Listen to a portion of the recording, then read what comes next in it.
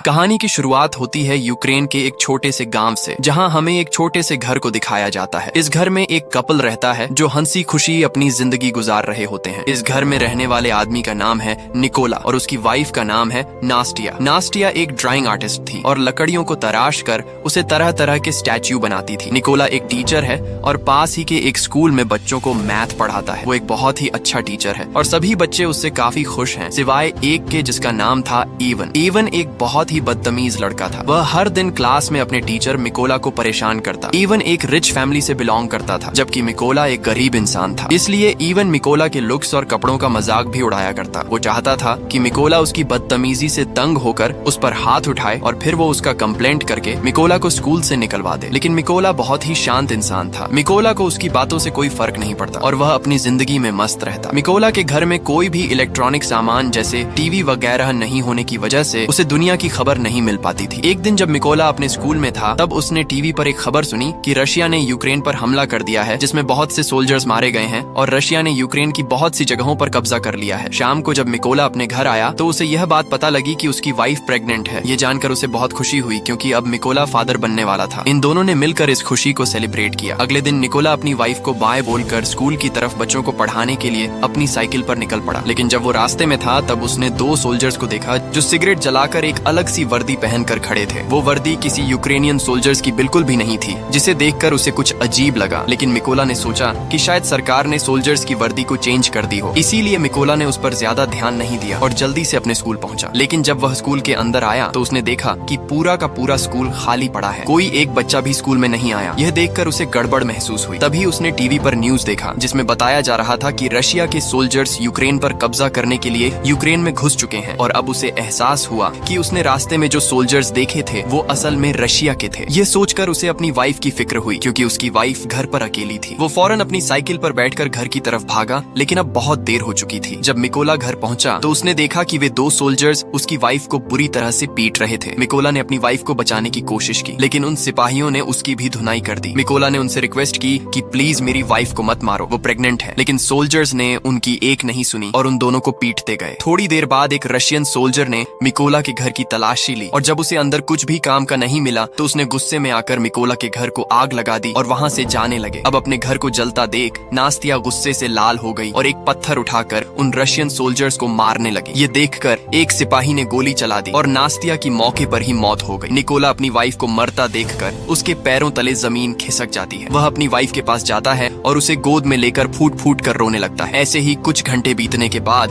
दो Ukrainian soldiers Nicola के पास आए। निकोला की वाइफ को मरा हुआ देखकर उन दोनों सोल्जर्स को बहुत अफसोस होता है और निकोला के कंधे पर हाथ रखकर उसे हिम्मत ना हारने को कहते हैं। उसके बाद उन दो सोल्जर्स ने निकोला की वाइफ के लिए कब्र खोदना शुरू किया और एक कब्र खोदकर निकोला से कहते हैं कि तुम यहाँ पर अपनी वाइफ को दफना दो। अपनी वाइफ की मौत के बाद मिकोला पूरी तरह से टूट चुका था। अब वह बिल्कुल अकेला रह चुका था। उन रशियन सोल्जर्स ने न सिर्फ उसकी वाइफ को मार डाला, बल्कि मिकोला के आने वाले बच्चे और उसके घर को भी जला दिया। इसलिए अब वह बदले की आग में जल रहा था और उसे हर हाल में उस रशियन सोल्जर को मारना था जिसने उसकी बीवी पर गोली चलाई थी। उस सोल्जर से बदला लेने का एक ही रास्ता था कि वह यूक्रेनियन सोल्जर्स में शामिल हो जाए। इसीलिए वह यहीं पर उन दो सोल्जर से रिक्वेस्ट करता है कि प्लीज मुझे भी अपने साथ ले चलो, मैं भी यूक्रेन आर्मी में शामिल होना चाहता हूँ। इसके बाद वे दोनों सोल्जर्स निकोला की बात मान लेते हैं और उसे गाड़ी में बैठाकर मिलिट्री बेस ले जाते हैं। जाने से पहले निकोला अपनी वाइफ के हाथों का बनाया हुआ छोटे से स्टैच्यू को अपने पास रख लेता है, जो उसकी वाइफ ने इसकी रक्षा के लिए बनाया था। जब ये लोग मिलिट्री बेस पहुंचते हैं तो वहाँ उनका सीनियर मिकोला को देखकर उन दो सोल्जर्स पर गुस्सा करने लगता है और मिकोला को फौज में भर्ती करने से मना कर देता है, क्योंकि उनके सीनियर को मिकोला पर शक होने लगता है कि कहीं मिकोला कोई जासूस ना हो। जब सीनियर ने उन दो सोल्जर्स से अच्छी तरह निकोला के बारे में जानकारी हासिल की और निकोला ने भी उसे पूरी बात बताई कि किस तरह से रशियन सोल्जर्स ने मेरी वाइफ को बेरहमी से मार दिया और मेरे घर को जला दिया, इसलिए अब मेरे पास जीने की कोई वजह नहीं है। और उसने उस सीनियर को यकीन दिलाया कि वह रशियन सोल्जर को मारकर इस देश को आजाद करना चाहता है। ये सुनकर वह सीनियर निकोला को यूक्रेनियन आर्मी में भर्ती करने के लिए राजी हो जाता है और अगले दिन से ही उसकी ट्रेनिंग शुरू हो गई। अब क्योंकि निकोला एक आम इंसान था, इसलिए उसे ट्रेनिंग के दौरान काफी मुश्किल हो रही थी। उसने अपनी पूरी जिंदगी मैथ का सब्जेक्ट पढ़ाया था और बंदूकों के बारे में उसे कोई भी जानकारी नहीं थी। जब सभी फौजी बंदूकों को असेंबल कर रहे थे तो उनके मुकाबले में मिकोला काफी स्लो था और वह सबसे आखिर में बंदूक को असेंबल करता है। यह देखकर उस अफसर को लगता है कि मिकोला कभी भी एक अच्छा सोल्जर नहीं बन पाएगा, लेकिन उसने भी हार नहीं मानी और अपनी ट्रेनिंग पर फोकस रखा। एक रात ट्रेनिंग के दौरान निकोला अपने सीनियर से कहता है कि वह उसे उसके नाम से ना बुलाए क्योंकि उसका कोड नेम रेवन है। ये सुनकर सभी उस पर हंसने लगे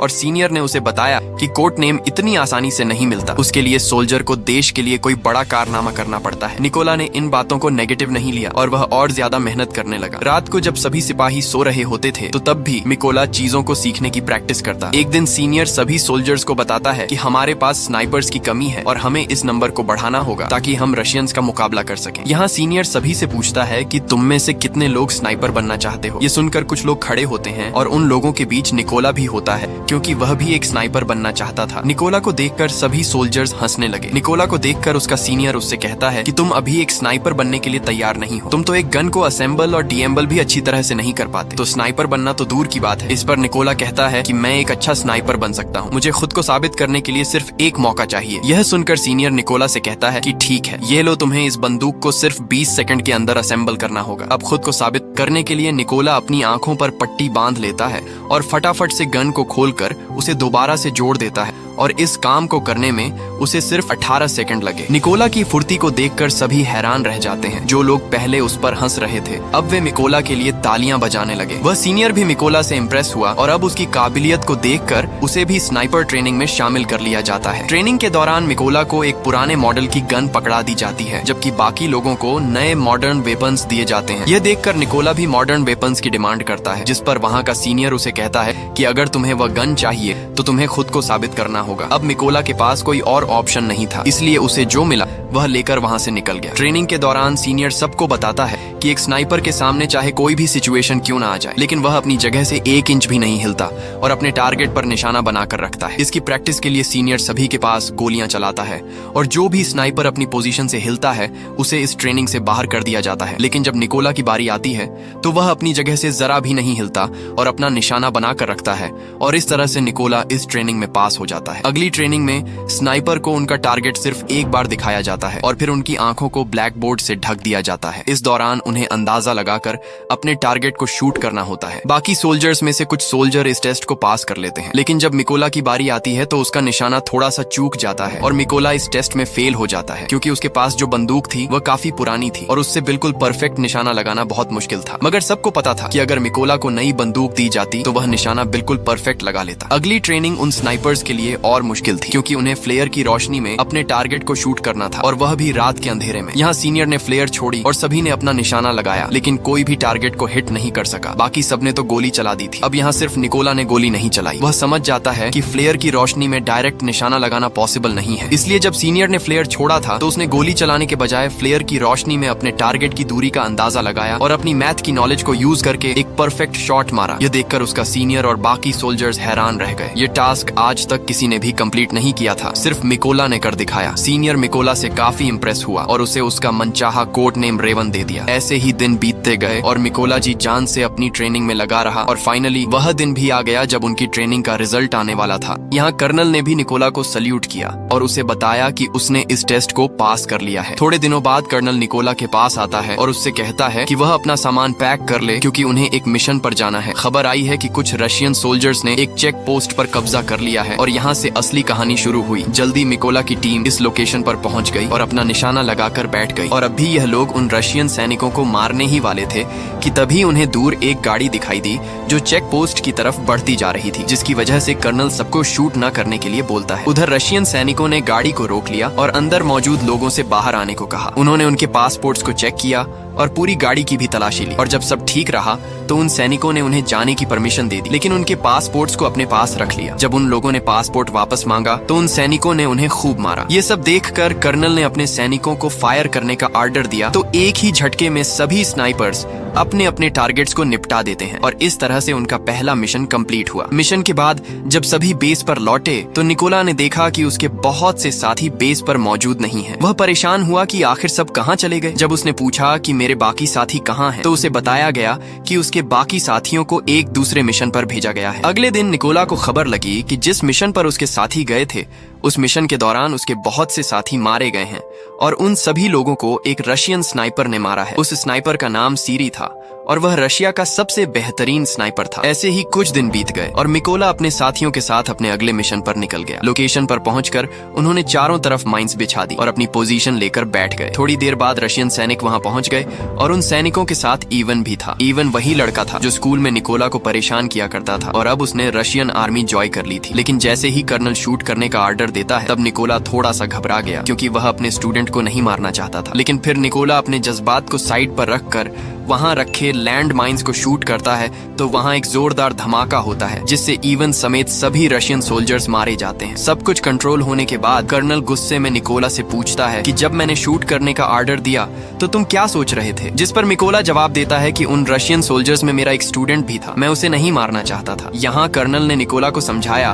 कि उसे इवन की मौत का जरा भी दुख नहीं होना चाहिए, क्योंकि यहाँ वह तुम्हारा स्टूडेंट नहीं बल्कि तुम्हारा दुश्मन था और रशियन आर्मी को ज्वाइन करना इवन का अपना फैसला था, इसलिए तुम्हें उसके लिए बुरा मानने की जरूरत नहीं। मिशन पूरा करके ये सभी अपने बेस कैंप पर लौट आए। कर्नल को निकोला पर पूरा भरोसा था। वो अपना ज्यादातर वक्त निकोला के साथ बिताता था। यहाँ कर्नल ने निकोला को अपनी फैमिली फोटो दिखाई और उसे बताया कि उसकी फैमिली में 3 लोग हैं। उसकी दोनों बेटियां इस बात से अनजान हैं कि उनके पिता एक सोल्जर हैं। मैंने उन्हें बताया है कि मैं बिजनेस करता हूँ और मेरी वाइफ ने भी आज तक मेरे बारे में बच्चों को नहीं बताया कि मैं एक सोल्जर हूँ। यहाँ निकोला ने भी कर्नल को अपनी पूरी कहानी बताई कि किस बेदर्दी से रशियन सैनिकों ने उसकी वाइफ को मार डाला। इस दौरान निकोला काफी इमोशनल भी हो गया, लेकिन कर्नल ने उसे संभाल लिया। अगली सुबह ये सभी अपने अगले मिशन पर निकल गए। ये मिशन काफी इम्पोर्टेंट था, क्योंकि उन्हें खबर मिली थी कि रशियन सोल्जर्स का एक ग्रुप उस रास्ते से गुजरने वाला है। कर्नल और निकोला जल्दी से लोकेशन पर पहुंचे और अपनी पोजीशन लेकर बैठ गए। थोड़ी देर बाद उन्हें 2 रशियन सैनिक दिखे जो अपनी बाकी की टीम का इंतजार कर रहे थे। यहाँ निकोला ये नोटिस करता है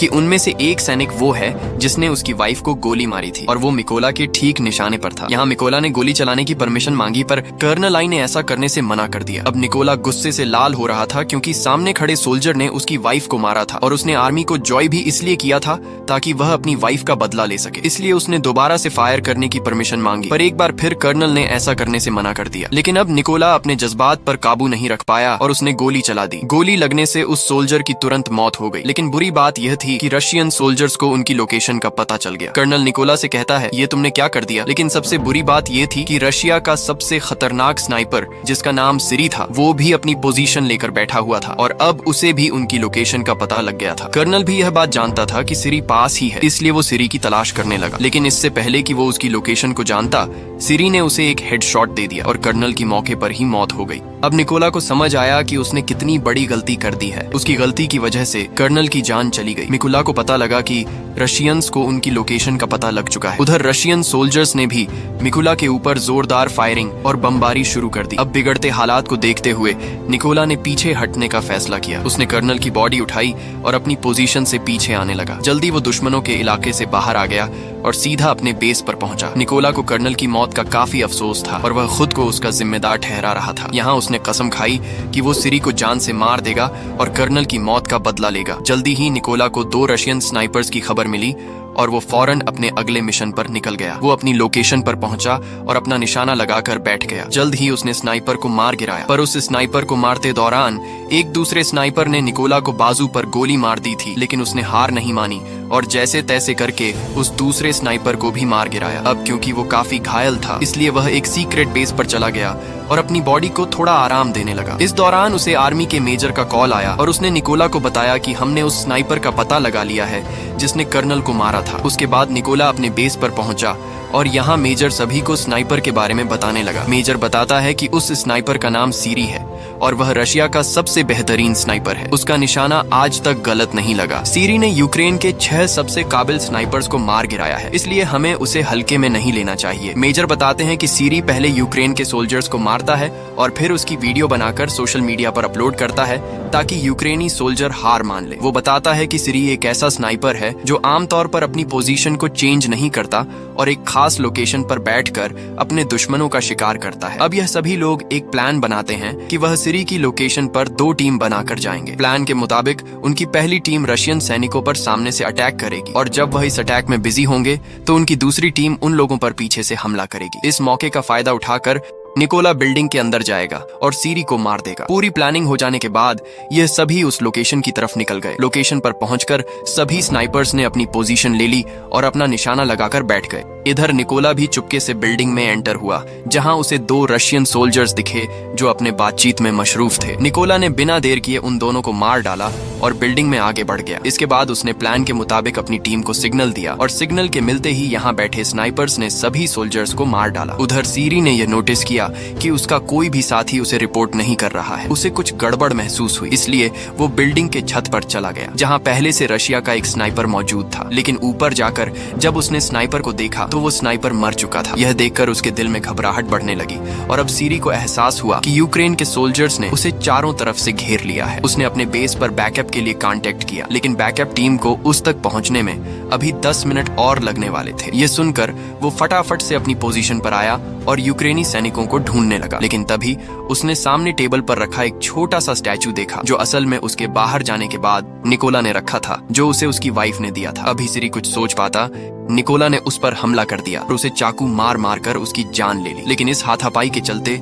बिल्डिंग में मौजूद दूसरा स्नाइपर थोड़ा अलर्ट हो गया, लेकिन अभी वह कुछ कर पाता। इससे पहले निकोला ने उसके पास से ग्रेनेड फेंक दिया। उस धमाके में यह आखिरी स्नाइपर भी मारा गया। थोड़ी देर बाद सीरी की बुलाई बैकअप टीम भी बिल्डिंग तक पहुंच गई, लेकिन वह इस बात से अनजान थे कि सीरी अब मर चुका है। इसीलिए जब उन्होंने सीरी को कॉल किया तो कॉल उधर निकोला ने उठाया और उनसे कहा कि वह सभी मरने वाले हैं, और इतना कहकर उसने ट्रक के ड्राइवर को शूट कर दिया। अब गोली चलते ही रशियन सोल्जर्स में हलचल मच गई और वह सभी ट्रक के बाहर कूद गए। लेकिन वो इस बात से अनजान थे कि यूक्रेनियन स्नाइपर्स उन पर घात लगाकर बैठे हुए थे। यहाँ यूक्रेनी सैनिकों ने जोरदार शूटिंग शुरू कर दी और एक एक रशियन को चुन चुन कर मारा। इस मिशन के थोड़े दिनों बाद निकोला अपनी वाइफ की कब्र पर गया, क्योंकि उसने उससे जो वादा किया था वो अब पूरा हो चुका है। उसने उन सभी लोगों को मार दिया है जिन्होंने उसकी वाइफ और कर्नल को मारा था। यहाँ निकोला ने कसम खाई कि वह आखिरी दम तक अपने देश की सेवा करता रहेगा, और इतना कहकर वह वहाँ से चला गया और इसी के साथ यह फिल्म खत्म हो जाती है। अगर वीडियो आपको अच्छी लगी हो तो हमारे चैनल को सब्सक्राइब और वीडियो को लाइक जरूर कीजिएगा।